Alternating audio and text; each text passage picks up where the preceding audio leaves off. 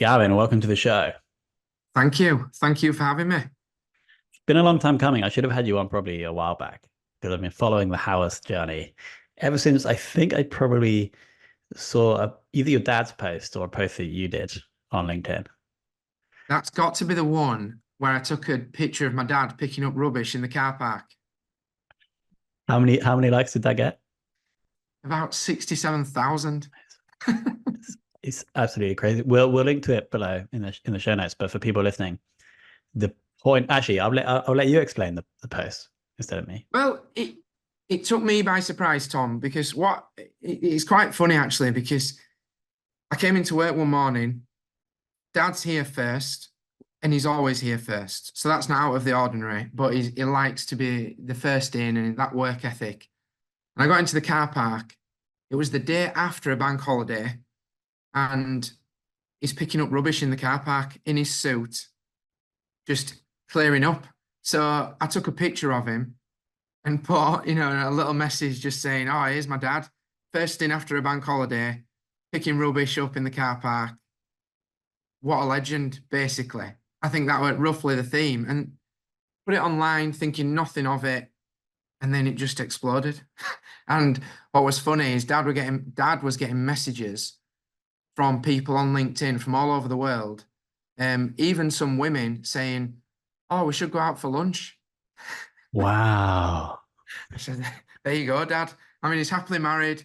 Him and Mum are together, been together for 40 odd years. But yeah, it was a bit of a crazy experience, really. About 5.4 million views.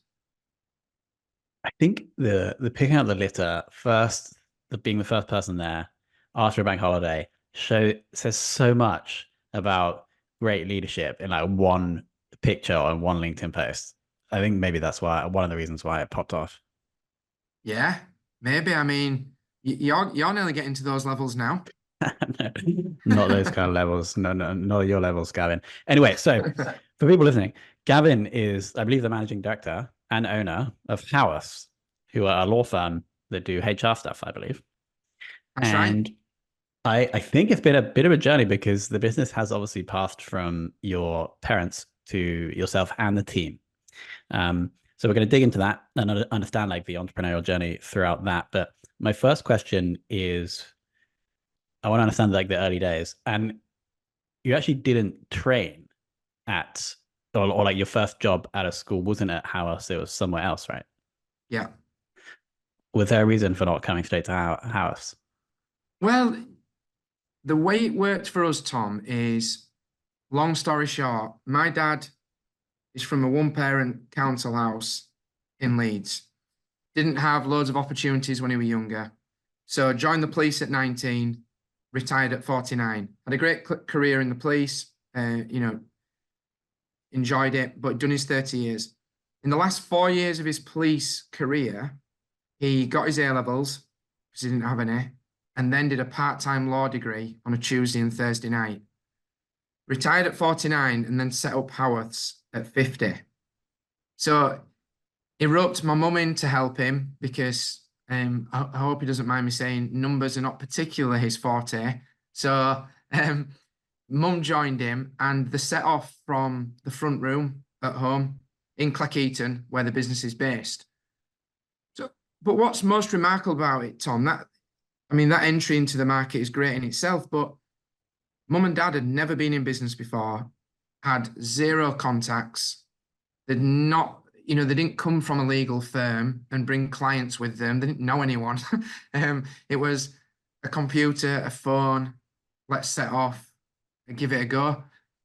So they did an incredible job, just remarkable job. And starting a business at 50 as well it is a feat within itself.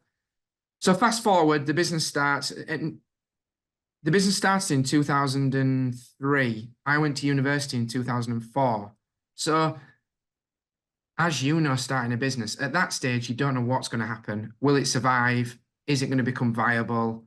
All that good stuff. So mum and dad sort of carry on their journey. I go away to do my law degree and go down the path of qualifying as a solicitor. And as I go on that path, the conversations with mum and dad, start, and little conversations about, is it a possibility? The business has survived another year.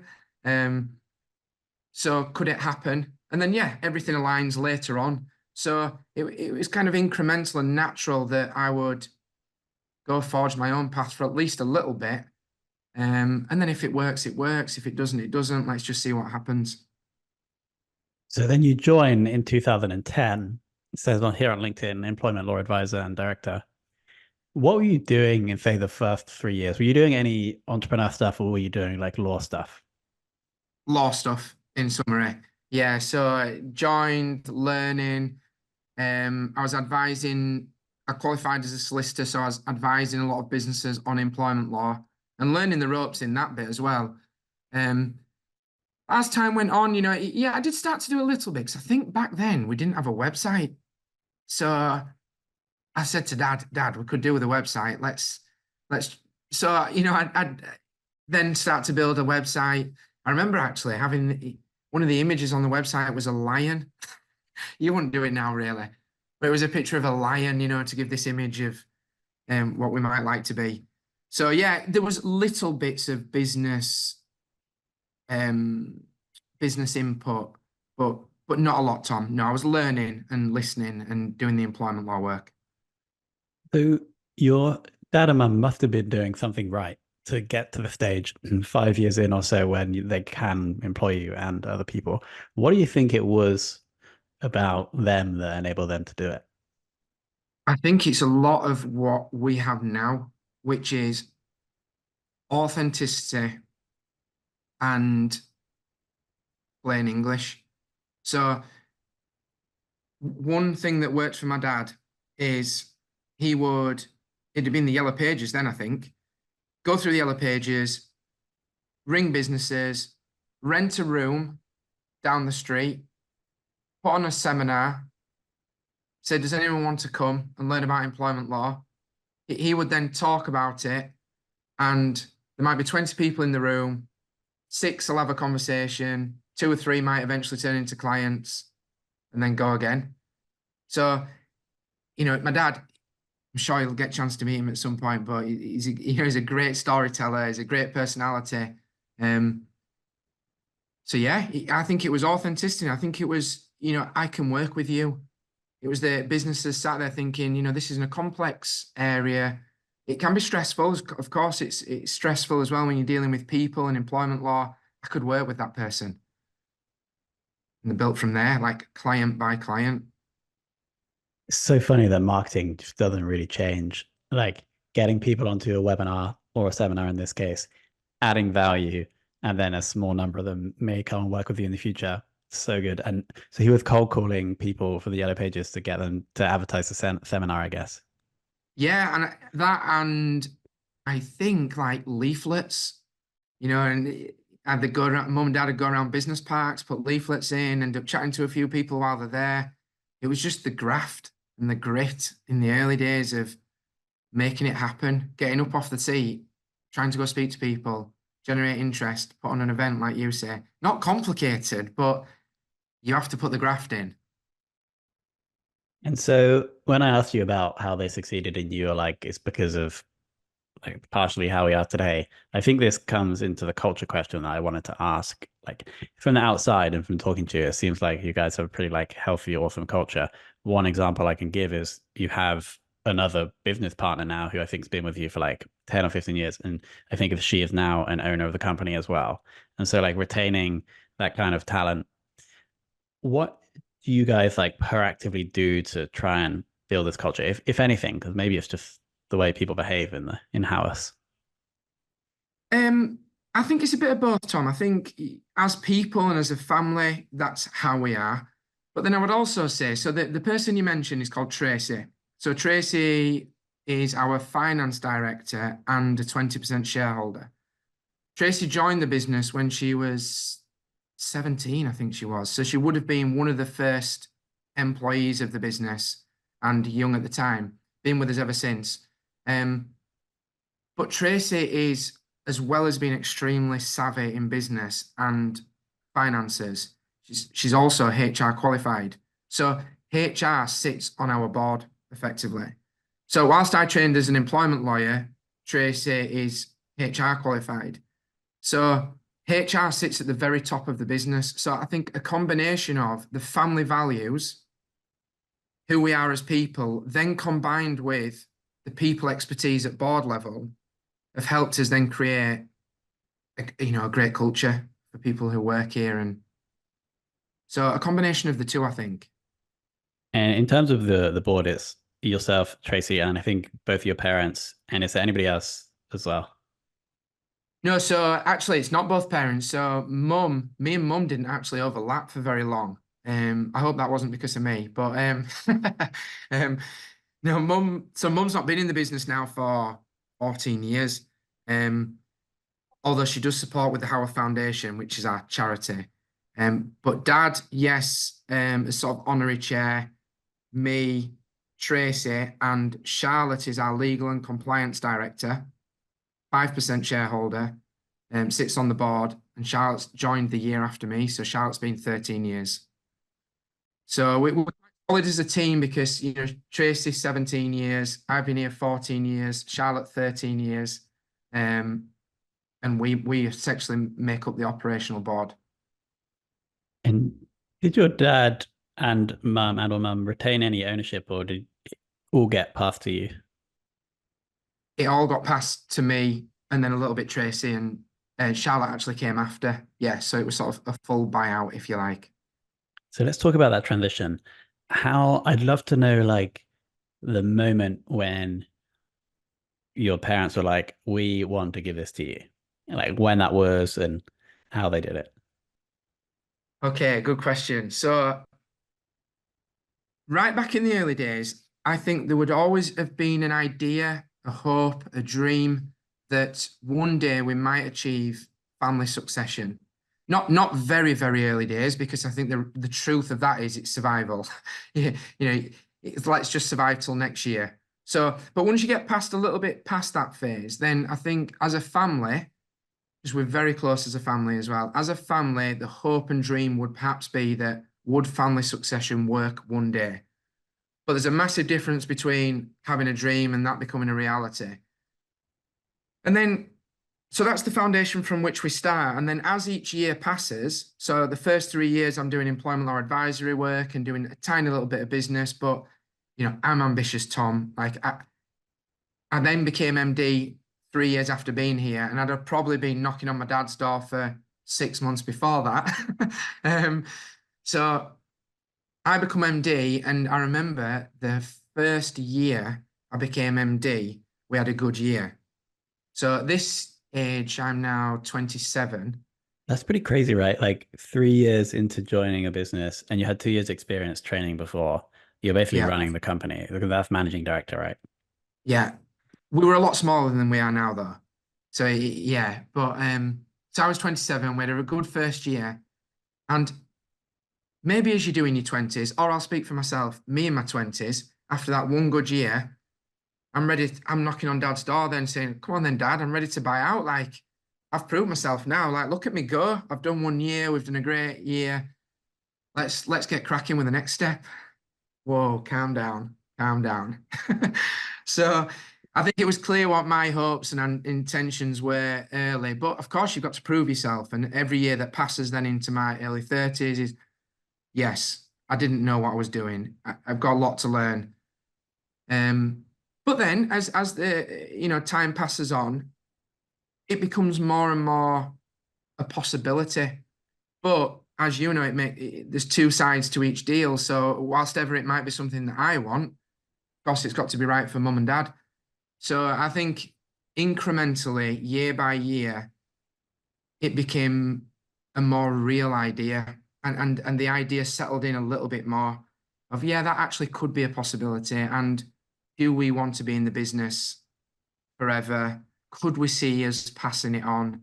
These things take time, and I think they don't have to take time. Of course, many deals can happen very quickly, but for us, I think there were two parts to this. There was the legal deal is one thing, getting the solicitors, doing the share purchase agreement, all that good stuff that every deal goes through. But I think when it's family, and particularly for us, when you're very close, and I've got kids, mum and dad are grandparents, and there's an emotional contract as well. And the emotional contract takes time. Because you want it to be right for everyone. You know, I didn't want to like shortchange mum and dad. I didn't want to make them feel like they were pushed out. You know, they had to be 100% happy with it. Similarly, they don't want me to overpay. They don't want to pass a business on and then I end up off work stressed for 6 months because it's too much for me. So there's a lot of each party thinking about each other.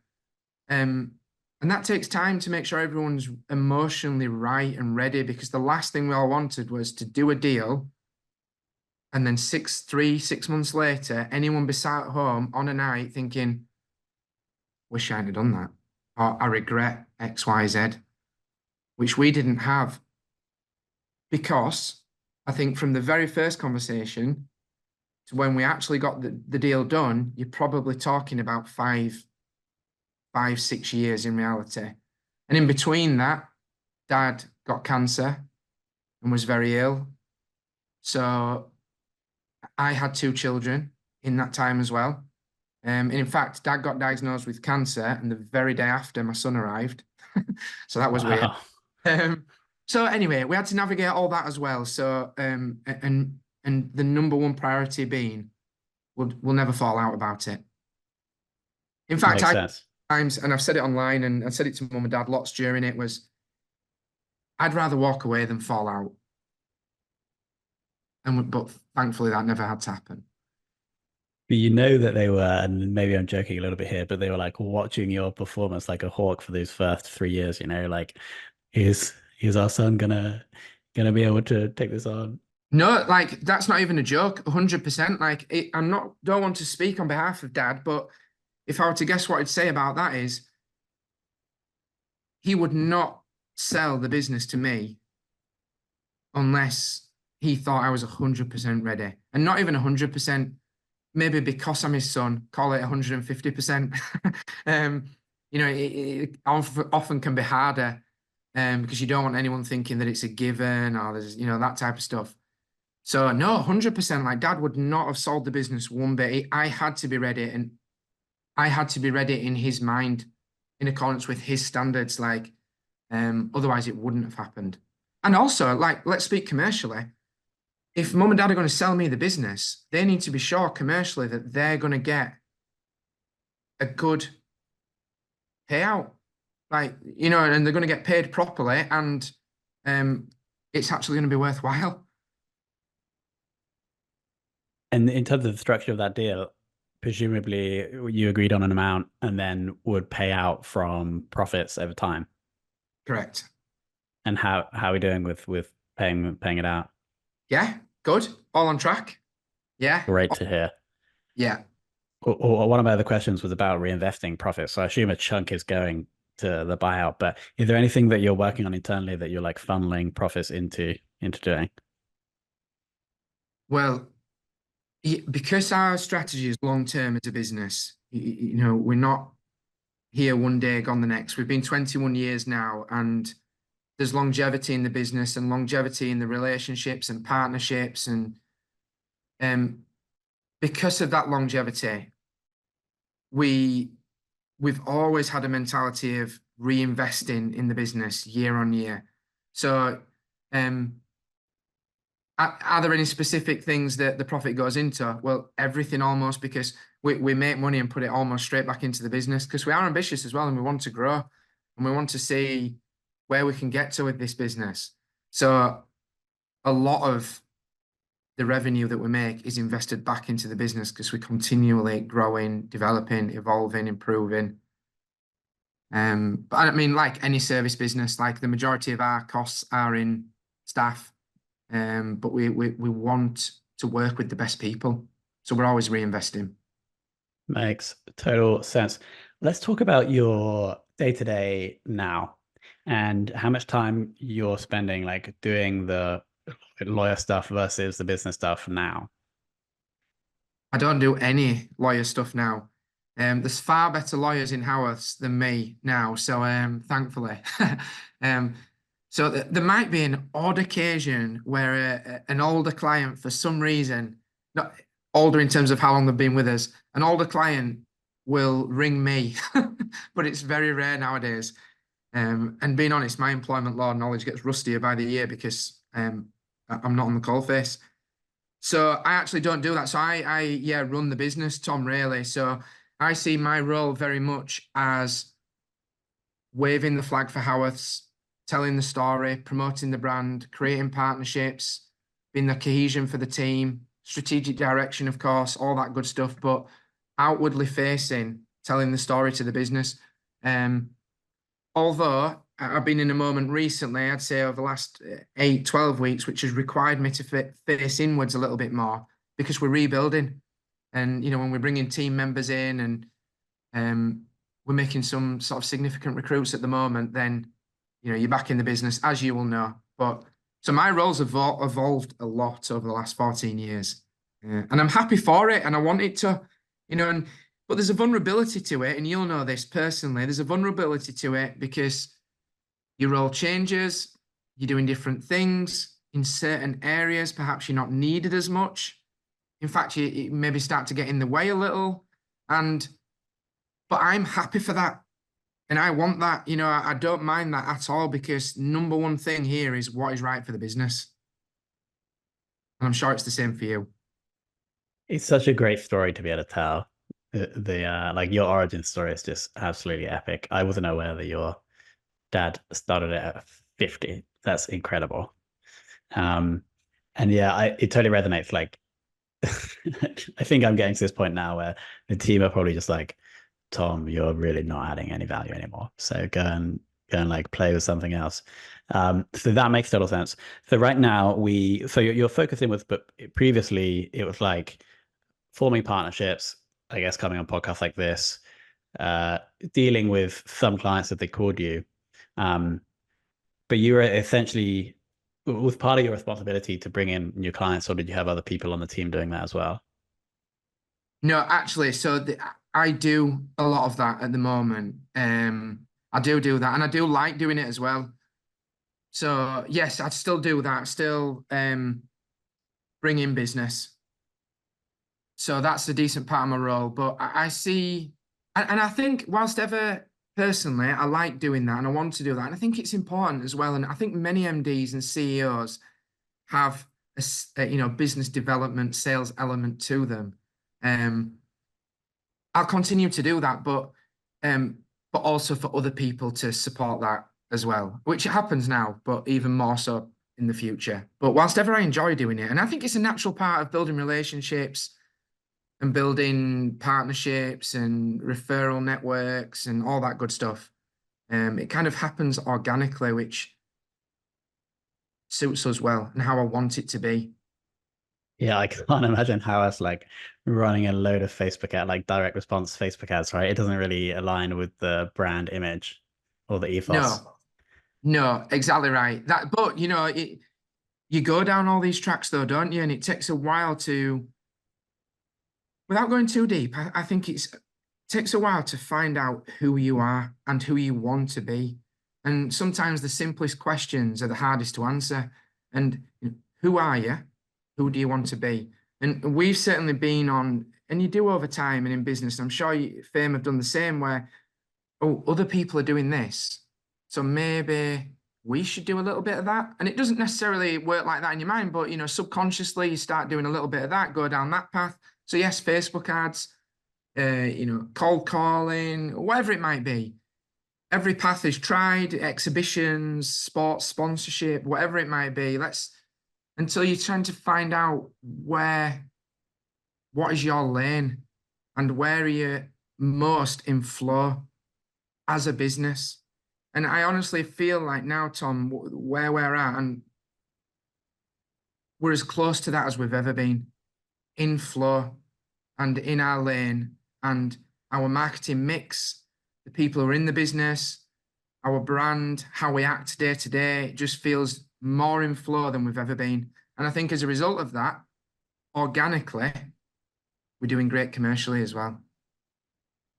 That is the goal there. That's like the nugget of wisdom that I think is the biggest like takeaway from this. Like really understanding who you are, and then that bleeds not just into your culture, but it bleeds into like what marketing strategies you're going to use. And I think you're right. It seems like Howarth know that probably more than most businesses. Couple more questions on you. So would you say you're extroverted?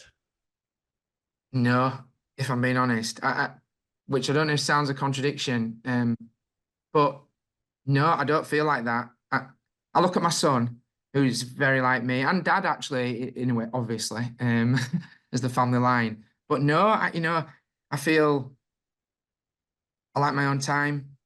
I read a lot. I can be shy. I just think I've adapted, and I just think I'm hopefully self-aware, and I've adapted, and I've had personality profiling, which is very enlightening. I feel gives you an indication as to what type of person you like. But no, I'd say introverted, but I've learned to be extroverted.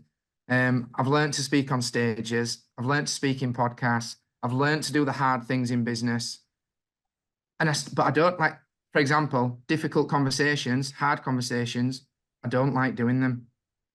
I don't enjoy it at all.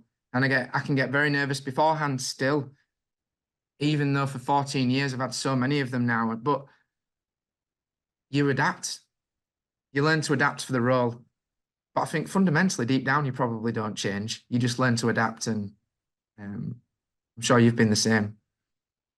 Which parts of the role at the moment or in the past year have you felt like A, that you're really good at, and B, that other people tell you you're good at, and also that you like enjoy a lot? This sounds a complete paradox from my last answer saying, yes, I'm introverted, but telling the story with people in particular, I think with people, um, influencing, persuading, working with people, all that good stuff, really. Like, we have an office, we work in the office, we're hybrid, so around the business, but I personally don't like working at home. I like being around people as well. So I don't know, introverted in some senses, but I do like being around people as well. So yeah, I think the storytelling, Tom, being around people, I think the optimism, the positivity, the vision, the mission, like where we're going. I think people hopefully feel enthused around me about where Howarths is going and what we're trying to achieve. And that's perfect. The activities for a CEO, right? Yeah. Amazing. Well, that has been. Well, I think there's a lot to learn about how to run a business from you guys. Um, I don't know. I see a lot of people maybe start companies, but there's no like depth or like meaning. And I'm trying to build that fame. It seems like, well, I'm pretty confident you guys have definitely done that. And so that's, I think, the key takeaway. Now, we're also going to link to howarth-uk.com, which is the site if you need any HR/employment law help. If that, we'll link to your LinkedIn, and we'll link to that LinkedIn post with the 70-odd thousand likes. Anything else we should mention or link to? Thank you for that. The only other thing that I've got into the world of, which is very relevant here, is a podcast. So, yes, um, the Gavin Howarth podcast. I've recorded, no, I've released 5 episodes, I think, but I've got about 8 or 9 recorded. They're about 50 minutes long, and they're not really to do with business. I don't actually know what they're all about yet, but I've had some great conversations with some great people about life, about finding yourself, and a journey back home in a lot of ways without sounding too cheesy or deep, but a bit like I talked about with Howard about who are you, who do you want to be, who were you when you were young, before you were socialized, before you followed social norms, before you embarked upon the journey of who should I be. Lots of good conversations around those type of themes with high level people. So that's the essence of the podcast. Oh, we are also going to link to that below. Gavin, thank you so much for coming on the show. Not at all. Thanks for having me, Tom.